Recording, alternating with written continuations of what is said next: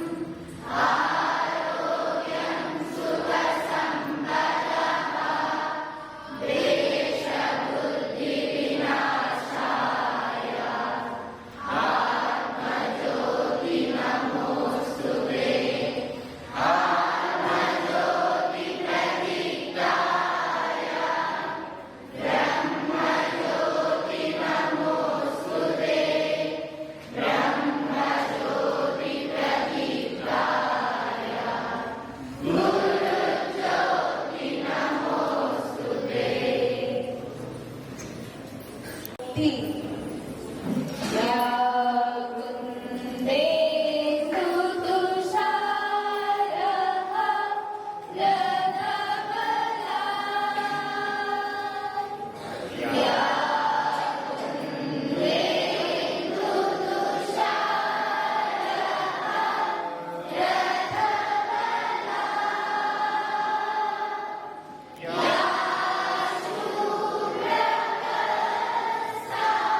शूरकर्सामृता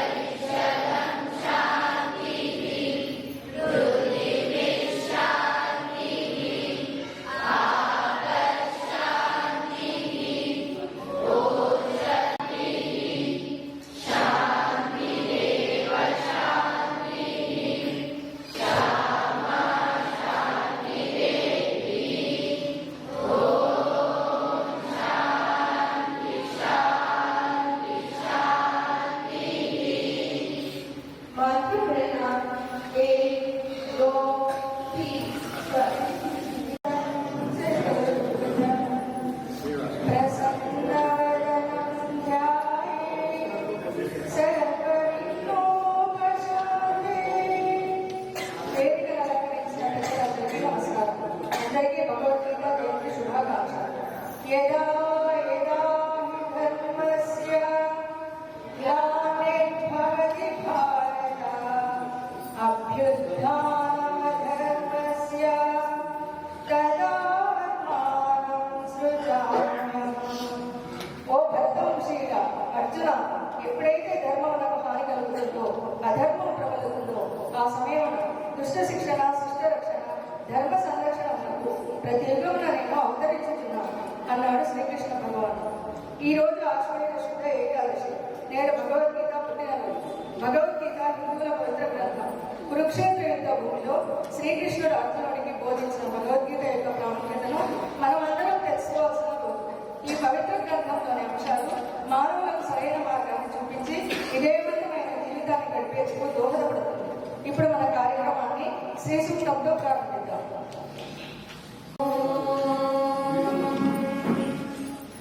हिरण्यवर्णां हरिणीं सुवर्णरजतस्रजां चन्द्रां हिरण्मयीं लक्ष्मीं जातवेदो महावः तां महावः जातवेदो लक्ष्मीमनपगामिनीं यस्यां हिरण्यं विन्देयं कामश्वं पुरुषानहम् अश्वपूर्वारतमध्यां हस्तिनाथप्रबोधिनी श्रियं देवीमुपह्वये श्रीमार्देवी कुशलां कां सोऽसितां हिरण्यप्राकारां मार्गां ज्वलन्तीं तृप्तां तर्पयन्तीं पद्मे स्थितां पद्मवर्णां कामिमोपह्वये श्रियं चन्द्रां प्रभासां यशसा ज्वलन्तीं श्रियं लोके देवदृष्टामुदारां तां पद्मिनीं शरणमहं प्रपद्ये लक्ष्मीमेनस्य तां तां वृणे आदित्यवर्णे तपसोदिजातो वनस्पतिस्तव वृक्षोदबिल्वः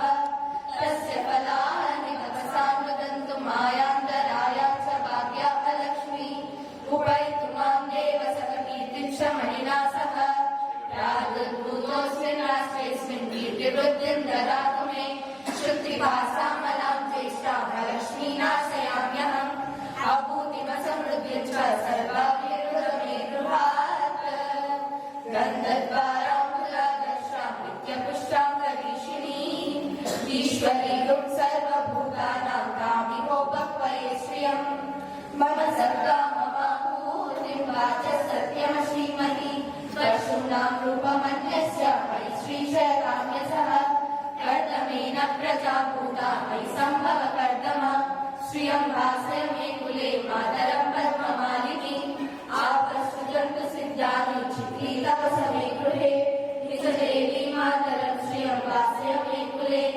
आर्गां पुष्करिणीं पुष्टिं पिङ्गलां पद्ममालिनी शतमङ्गल्ये शिवे सर्वार्थसाधिके शरण्ये त्र्यम्बके देवी नारायणि नमोऽस्तुते नारायणि नमोऽस्तुते नारायणि नमोऽस्तुते ॐ महादेव च विद्महे विष्णुपत्नी च धीमहि तन्नो लक्ष्मी प्रचोदयात् ॐ धनुर्धराय विद्महे सर्वसिद्धये च धीमहि तन्नो दरः प्रचोदयात् ॐ शान्ति शान्ति शान्तिः. అందరికీ శుభోదయం. గీతా జయంతి సందర్భంగా చేసిన పెద్దలందరికీ విద్యార్థులకి గీతా జయంతి శుభాకాంక్షలు. ఆదాయ ప్రతిబోధితా భగవతా నారాయణేన స్వయం వ్యాసేన గ్రథితా పురాణమునినా మధ్యే మహాభారతం అద్వైతామృతవర్షిణి భగవతీ అష్టాదశాధ్యాయిని అంబ కామనుసందదామి భగవద్గీతే భవద్వేషిణి అనగా నారాయణుడి అర్జునుడికి బోధించబడ్డది, వ్యాస మహర్షి రచించినది, అద్వైత అమృతాన్ని కురిపించే మాతృదేవత ఓ భగవద్గీత నిన్ను నేను ధ్యానిస్తున్నాను అని గీతా జయంతి అంటే హిందూ పవిత్ర గ్రంథమైన భగవద్గీత స్వయంగా భగవంతుని ముక్తః వెలువడింది. ఈరోజు అనగా హిందూ పంచాంగం ప్రకారం మార్గశిర శుద్ధ ఏకాదశి రోజు శ్రీకృష్ణ భగవానుడు అర్జునుని నిమిత్త మాత్రుడిగా చేసుకుని సమస్త మానవాళికి ఉపదేశించిన పవిత్ర గ్రంథం భగవద్గీత. కౌరవరాజు ధృతరాష్ట్రుడు ధర్మక్షేత్రే కురుక్షేత్రే సమవేతాయుయుత్సవః మామకా పాండవా చైవ కిమకుర్వత సంజయ అని సంజయుని అడిగే శ్లోకం ప్రారంభమవుతుంది. అంటే ఓ సంజయ, ధర్మక్షేత్రమైన కురుక్షేత్రంలో యుద్ధానికి సిద్ధంగా ఉన్న నావా మరియు పాండవులు ఏం చేశారు అని అర్థం. 18 అధ్యాయాలు 701 శ్లోకాలతో భగవద్గీత ఉంటుంది. ఇందులో శ్రీకృష్ణ భగవానుడు ఏమంటున్నాడంటే, ఇదం శాస్త్రం మయా ప్రోక్తం గుహ్య వేదాత్మతత్పరం. అంటే నాచే చెప్పబడిన ఈ శాస్త్రం రహస్యం లేని వేద అర్థాలకు అర్థం లాంటి. దీనిని ఎవరు పఠిస్తారో వారు శాశ్వతమైన విష్ణు పదం పొందుతారు అని చెప్పాలి. భగవద్గీత చదవడమే కాదు, ప్రతి శ్లోకాన్ని అర్థం చేసుకుంటే మన జీవితం సాధనమవుతుంది. అంతేకాదు జయాలు, అపజయాలు, కష్టాలు, సుఖాలు జీవితంలో సహజమని, అన్నిటినీ ధైర్యంగా ఎదుర్కోవాలని గీత మనకు నేర్పిస్తుంది. ప్రతి సమస్యకి పరిష్కారాన్ని సూచిస్తుంది. యథా యథా హి ధర్మస్య గ్లానిర్భవతి భారత అభ్యుత్థానమధర్మస్య తదాత్మానం సృజామ్యహం పరిత్రాణాయ సాధూనాం వినాశాయ చ దుష్కృతాం ధర్మ సంస్థాపనార్థాయ సంభవామి యుగే యుగే సంభవామి యుగే యుగే. అనగా ఏ కాలంలో ధర్మానికి నష్టం కలుగుతుందో, ఏ కాలంలో ధర్మానికి హాని కలుగుతుందో ఆ సమయంలో దుష్ట శిక్షణ, శిష్ట రక్షణ, ధర్మ సంరక్షణ చేయడానికి నేను ప్రతి యుగంలోనూ అవతారం దాచుతాను అని శ్రీకృష్ణ భగవానుడు మనందరికీ సెలవిచ్చారు గీతలు. భగవద్గీత అంటే ఒక మతం కాదు, జ్ఞానం. భగవద్గీత అంటే ఉన్నత వ్యక్తిత్వ వికాస బోధనం, తమ జీవన మార్గం. గీత నేర్చుకుంటే రాత మార్చుకున్నట్లే. ధర్మం అంటే సర్వజన బంధు. అందుకే పిల్లలు మనం ఎప్పుడు మన ధర్మాన్ని మనం మర్చిపోవద్దు. నిజంగా పిల్లలు మనమందరం ఇటువంటి స్కూల్లో ఉన్నందుకు మనం భగవద్గీత పఠనం చేయగలిగేలా మనల్ని ప్రోత్సహిస్తూ ఇటువంటి ధార్మిక కార్యక్రమాల్లో పాల్గొనేలా చేస్తున్న మన విద్యాభారతి పాఠశాలకు మనందరి తరఫున అభినందనలు తెలియజేస్తున్నాను. నాకు ఈ అవకాశాలు ఇచ్చినందుకు ధన్యవాదాలు. జరిగిన కృష్ణార్జున సంవాదంలో ఇప్పుడు చిన్నారులు కుమారి గోవింద, హిమబిందు, దీపిక మరియు మాస్టర్ ఆశ ప్రదర్శిస్తారు.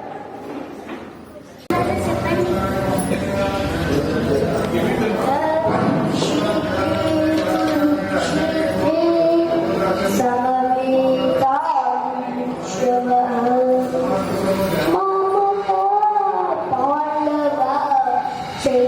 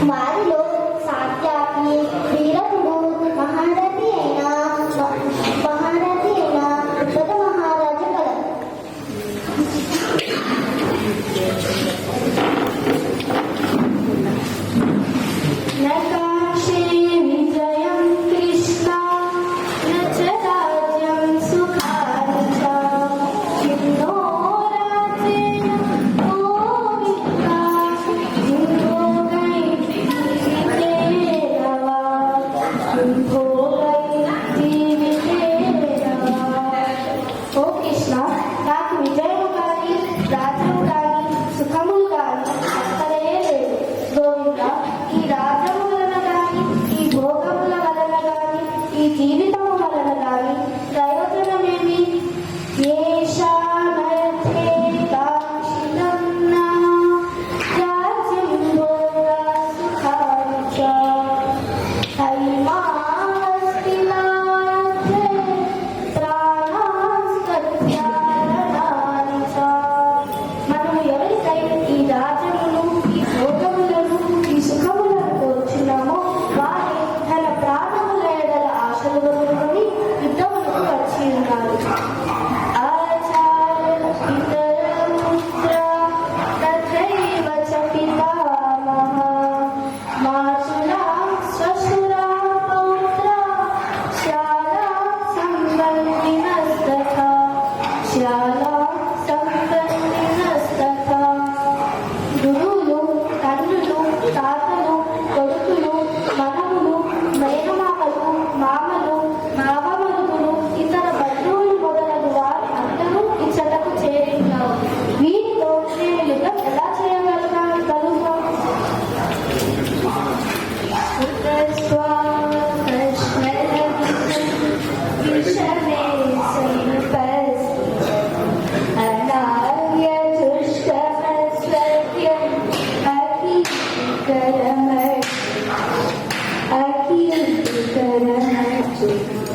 అర్జున, నీకు ఈ తగిన సమయంలో ఇటువంటి మోహం ఎట్లా దాపరించినది? అశోచ్యానందశోచస్వం ప్రజ్ఞావాదాంశ్చ భాషసే గతాసూన గతాసూంశ్చ నానుశోచంతి పండితాః. ఓ అర్జున, నీవు శోకింపదగని వారి గురించి శోకించుచున్నావు, పైగా పండితులే మాట్లాడుతున్నావు. పండితులైన వారు ప్రాణులు పోయిన వారి గురించి కానీ ప్రాణులు పోని వారి గురించి కానీ శోకింపడు. సర్వజ్ఞేవాధికారస్తే మా ఫలేషు కథాచన మా కర్మ ఫలదేతుర్భూః మా తే సంగోత్స్వకర్మణి మా తే సంగోత్స్వకర్మణి. ఓ అర్జున, కర్మఫలములకు నీవు కారణము కాదు. అట్లని కర్మలను చెయ్యుట మానరాదు.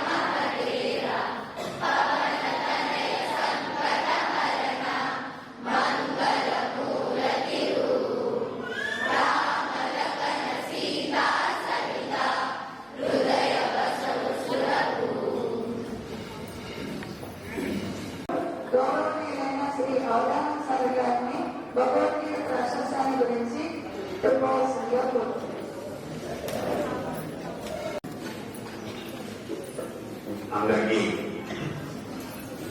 గీతా జయంతి రోజున శుభాభినందనలు. కార్యక్రమం అంతా చూస్తుంటే చాలా సంతోషంగా ఉంది. శ్రీకృష్ణుడు కదా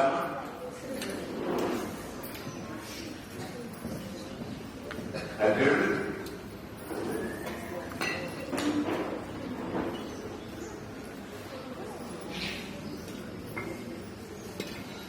ముచ్చటేశ్వర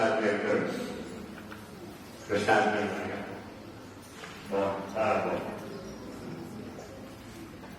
దుర్గాసుడు కూడా బాగానే ఉన్నాడు. గర్వాన్ని పెట్టుకొని విదురుడు సంజయుడు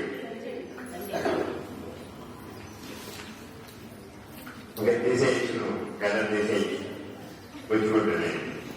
బాగా కూర్చో.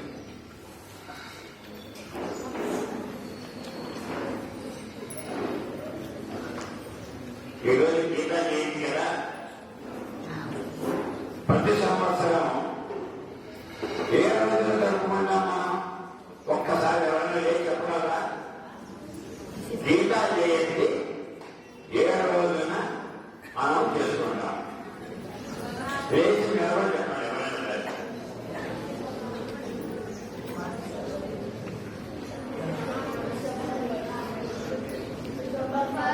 ఉపాధ్యాయులు అయినా సరే గీతా జయంతి రాధిక గారు కదండి.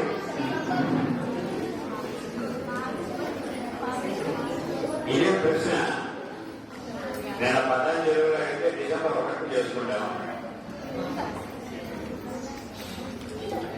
అంతేనా? ఏనా మార్గశిర శుద్ధ ఏకాదశి అన్నప్పుడు కూడా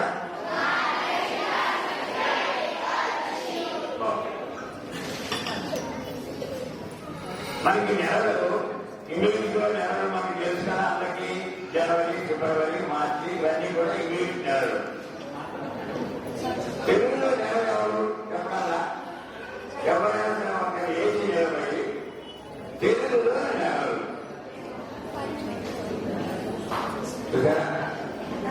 అది ఎప్పుడైనా సమయం ఉంటే పిల్లలకి నెలలు ఇంగ్లీష్లోనే కాదు తెలుగులో కూడా ఉంటాయి. చైత్రము, వైశాఖము, జ్యేష్ఠము, ఆషాఢము, శ్రావణము, భాద్రపదము, ఆశ్వయుజము, కార్తీకము, మార్గశిరము. మార్గశిర మాసంలో ప్రతి నెల కూడా 2 పక్షాలు ఉంటాయి. పక్షం అంటే 15. అంటే చంద్రుడు ప్రారంభమైన రోజు పాడ్యమి. ఫుల్ మూన్ ఎప్పుడు వస్తాడు? పౌర్ణమి నాడు వస్తాడు. మరలా 2వ పక్షంలో ఫుల్ మూన్ జీరో మూన్ కింద మారిపోతాడు. 2 పక్షాలు. అందుచేత మార్గశిర మాసంలో శుక్లపక్షం అంటే ఫుల్ మూన్ వచ్చేటువంటి ఆ 15 రోజుల్లో ఏకాదశి. ఇది కూడా ఒక ప్రకాశం అంటే ఈ నెలలు, ఈ తిథులు. ఏకాదశి అంటే ఈ 15 రోజుల్ని మన పెద్దలు పాఠ్యమి, విద్య, తదియ ఎవరికైనా వచ్చా? ఒక్కరికైనా 15 రోజులు ఉంటాయి. అందులో ఏకాదశి అంటే 11వ రోజు. గీతా జయంతి ఏ రోజున ఎవరు ఎవరికి చెప్పారు? ఎవరిని చెప్పాలా? ఇలాగ అమ్మాయి గీతా జయంతి ఆ రోజున ఈ భగవద్గీతని ఎవరు ఎవరికి చెప్పారు? చేసిన ఎవరైనా చెప్పి అందరికీ వినపడే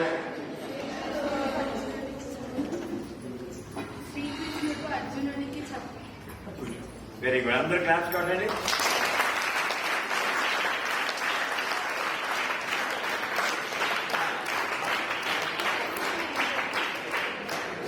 ఇప్పుడు మీకు ఇక్కడ ఫోటోలు చూశారు కదా, శ్రీకృష్ణ భగవానుడు అర్జునుడికి ఉపదేశం చేస్తాడు. ఎందుకు చేస్తాడు?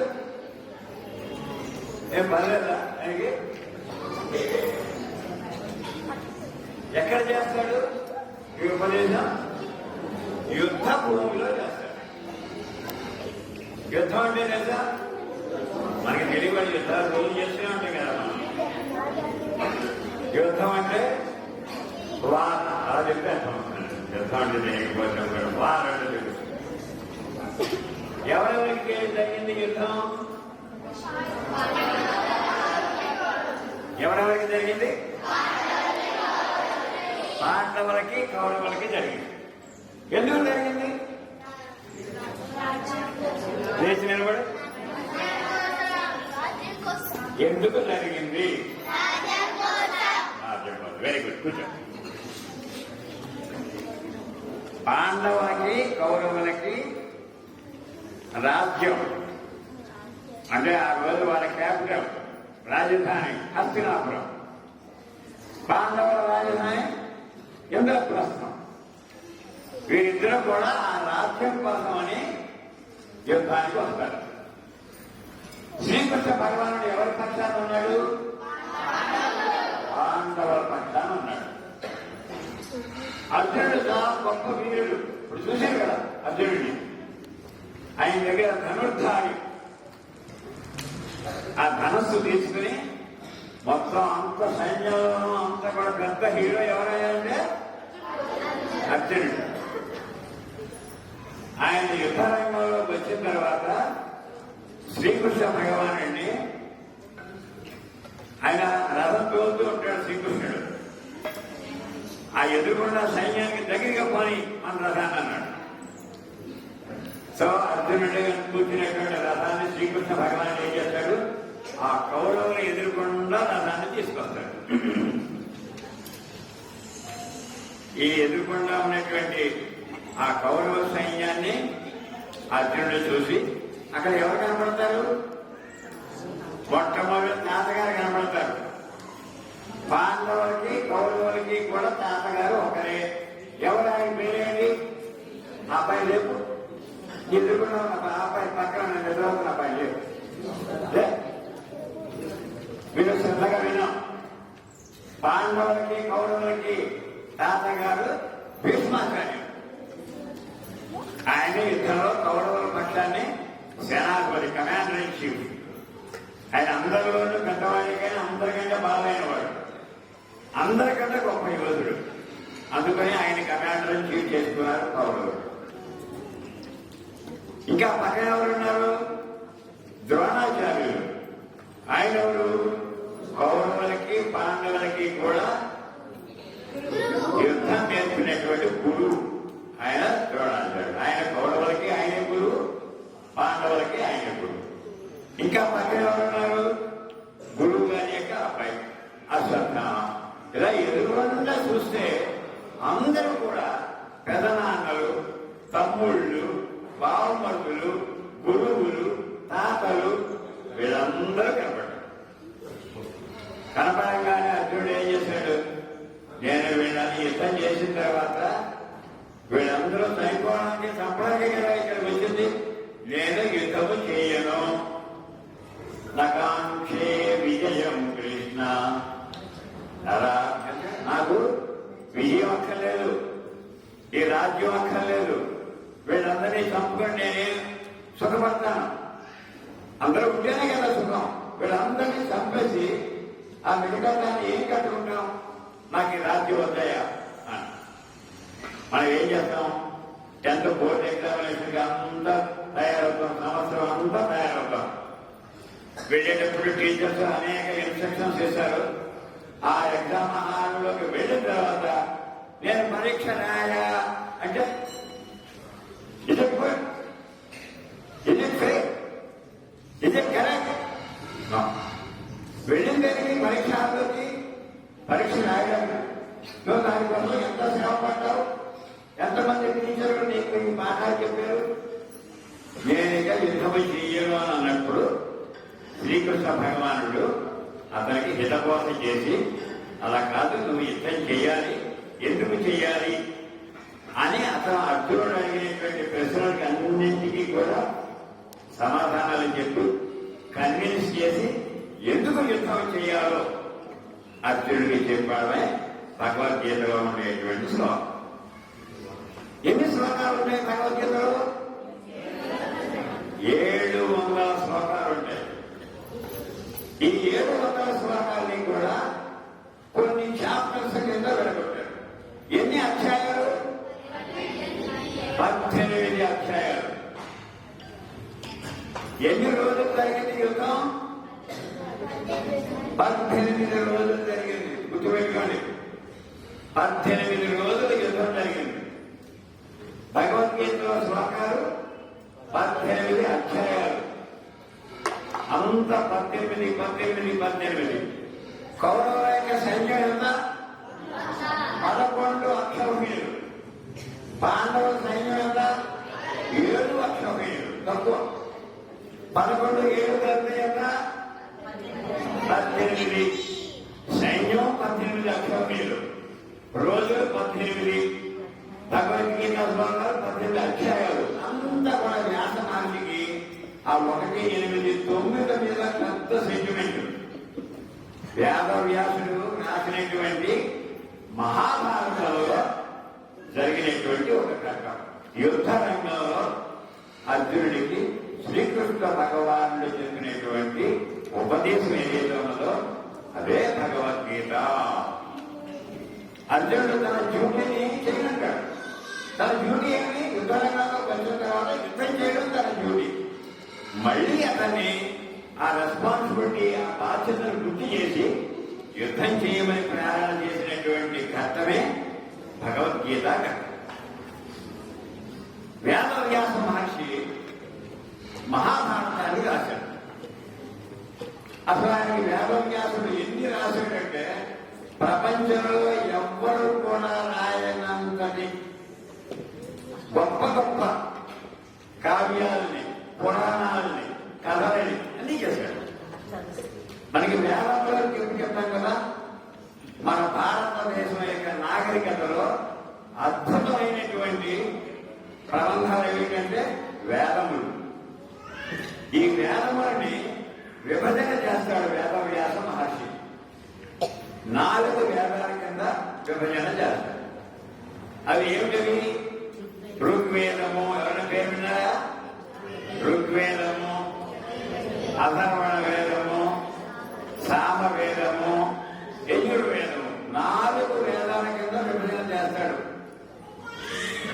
ఆ 4 వేదాల కింద విభజన చేస్తే ఇదంతా వేదములంతా ఎవరికి అర్థమవుతాయి?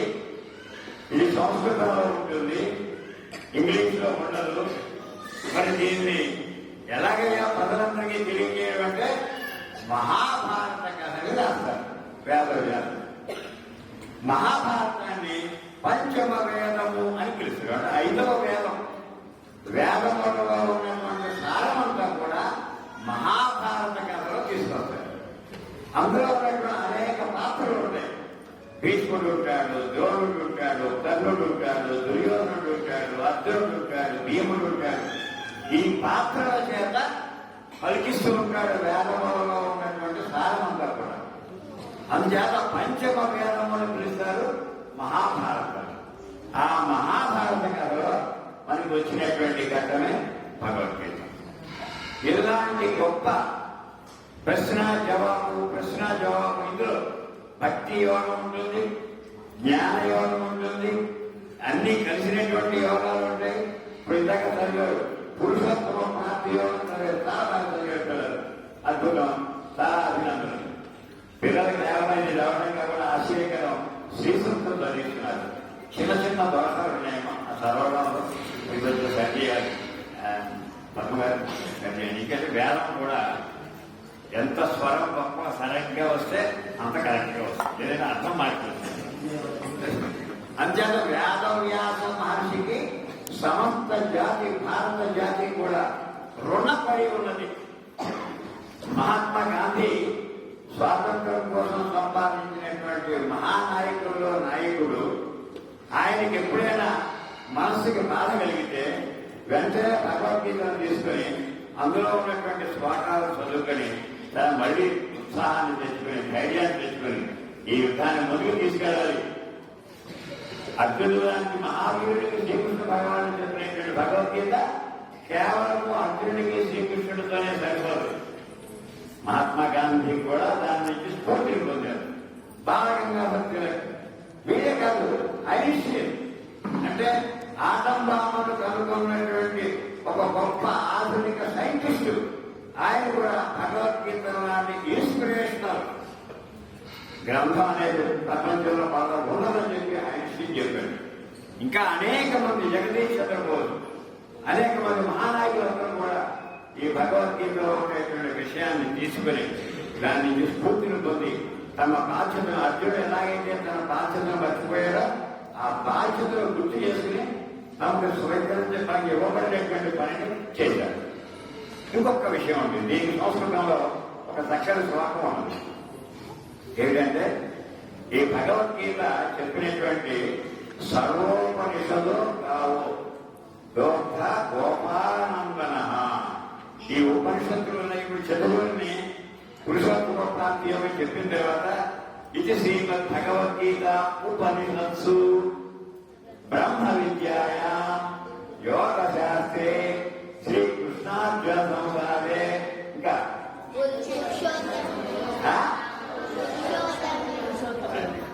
అంటే భగవద్గీత బ్రహ్మ విద్య, మామూలు విద్య కాదు, బ్రహ్మ విద్య. యోగ శాస్త్రే, యోగ శాస్త్రం అంటే ప్రపంచంలో ఉన్నటువంటి సర్వ మానవాడికి కూడా యోగా అనేటువంటిది ఒక మహత్తరమైన ఆరోగ్యాన్ని ఇచ్చేటువంటి ఒక ఎక్సర్సైజ్ లాంటి. అది ఎలా ఆ యోగ శాస్త్రం ఇది. కేవలం అంతేకాదు, శ్రీ కృష్ణార్జున సంవాది, కృష్ణుడు అర్జునుడు మాట్లాడుకునేటువంటి ఒక ఘట్టం.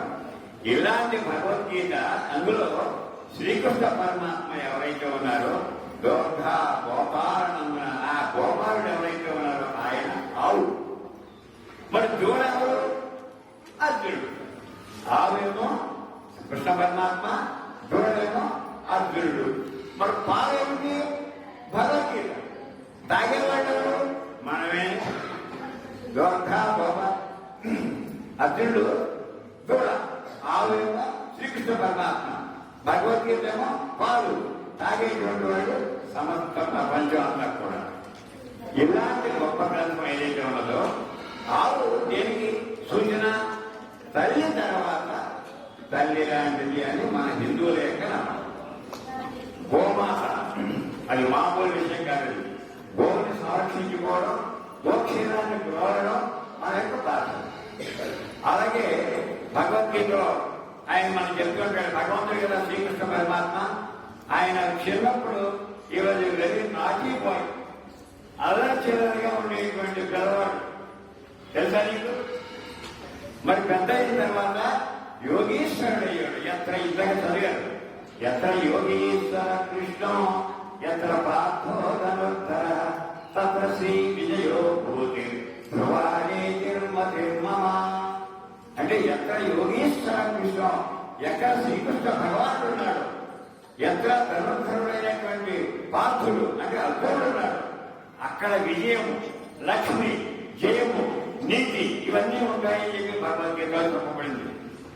వసుదేవసుతం దేవం. అందరికీ వచ్చా?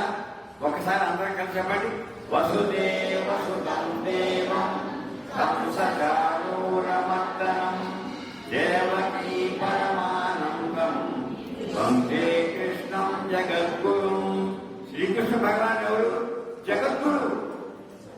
మామూలుగా నాటిపోయి అలచరగా ఉండి ఆ గొప్ప స్త్రీలందరికీ వెన్నముక రాసి చిన్నప్పుడు మరి ఈ పిల్లలందరికీ చెప్తున్నాడు. చిన్నప్పుడు మీ అందరూ తెలుగు ఒక చక్కటి పద్యం ఉండదు, చిన్న పద్యం అది. చేత వెన్న ముద్ద చెంగల్వ పూదండ బంగారు మమతాడు పట్టుదట్టి సంధితాయత్తులు సరిమవ్వ గజ్జలు చిన్ని కృష్ణ నిన్ను చేరి కొలుతూ. ఎలా ఉండేవాడి శ్రీకృష్ణ పరమాత్మ? రథం మీద కూర్చొని ఆ తోలికను తీసుకుని ఎలా నడపడమే కాదు, చేత వెన్న ముద్ద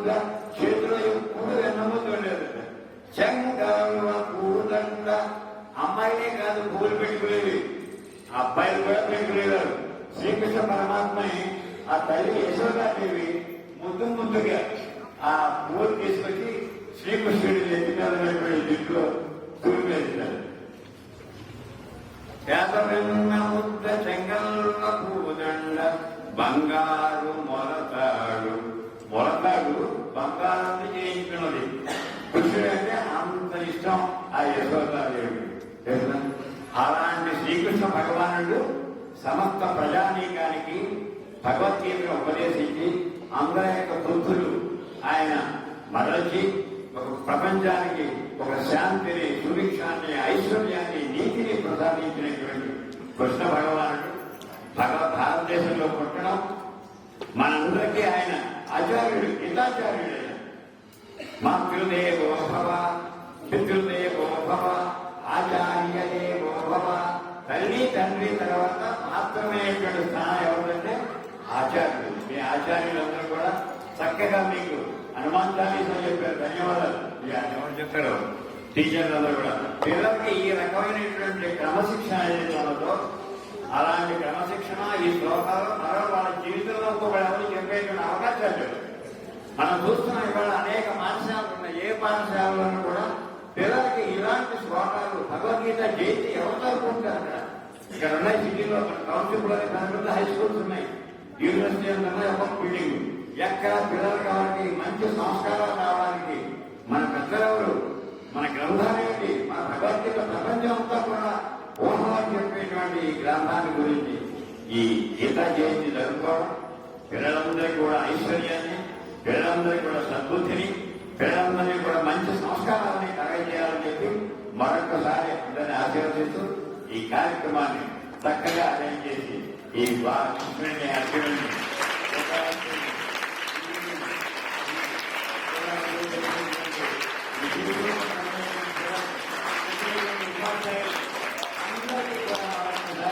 ధన్యవాదాలు చెప్పుకుంటూ పాఠాలు చెప్పడం మొదలుపెట్టే చాలా ఉన్నాయమ్మా. అది వాళ్ళందరికీ టేస్టీగా ఉండవు.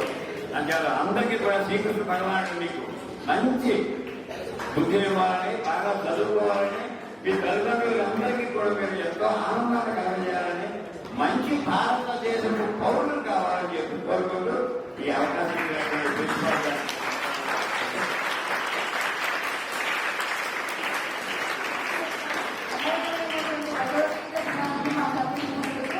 ధన్యవాదాలు. ఇప్పుడు మాస్టర్ గారు ప్రసంగించవలసిందిగా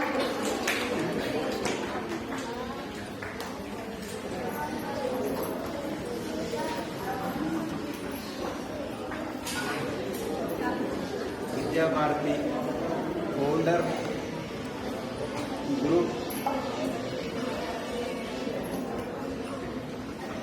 జై శ్రీరామ్, జై శ్రీరామ్, జై శ్రీరామ్. గీతా మాతా की, గీతా మాతా की, భారత్ మాతా की, భారత్ మాతా की.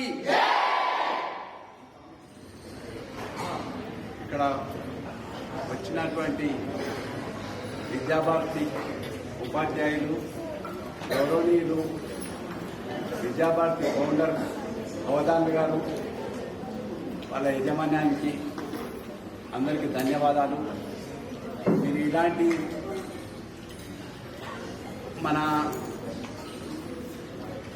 భారత సంస్కృతిని, భారతీయ ధర్మాన్ని, మన విద్యాభారతి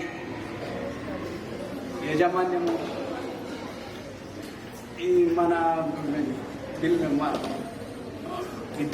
విద్యార్థులకు ఈ బోధన చేయడము, ఈ క్రమశిక్షణ మీరు చూపడము, భావి భారత రేపు పౌరులు వాళ్ళే రేపు మనకు మన భారత రక్షకులుగా మన ధర్మాన్ని పాటించేటటువంటి ముఖ్య నేతలు అవుతారు. మీరు ఈ విధంగా చేయడం చాలా కృతజ్ఞత. నాకు చాలా సంతోషంగా ఉన్నది. అవధాన్ గారు, మీరు ఈ విద్యాలయాలు అన్నీ ఇక్కడ స్థాపితం చేసి మీరు ఈ విధంగా చేయడం మీ జన్మ కూడా మీ జన్మ కూడా తరిస్తుంది. ఇటువంటి చేయడము అందరికీ రాదు. కాబట్టి మీరు చాలా మంచి, నాకు చెప్పనికే యూజ్ అవుతలేదు కానీ చాలా మంచి ఇది ఏది మన మన మన ధర్మాన్ని కాపాడనీకే చాలా మంచి విషయం, మంచి బోధన చేస్తున్నారు కనుక మీకు మీకు మీకు ధన్యవాదాలు.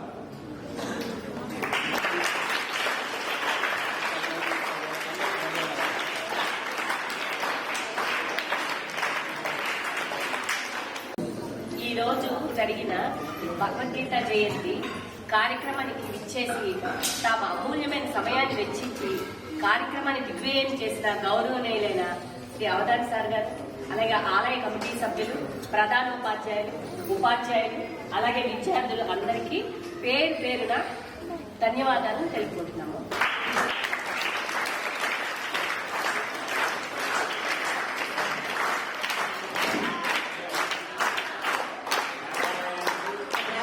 ధన్యవాదాలు తెలుపుకుంటున్నాము. ఈ రోజున ఈ కార్యక్రమం మనము శాంతి మంత్రంతో ముగిద్దాం.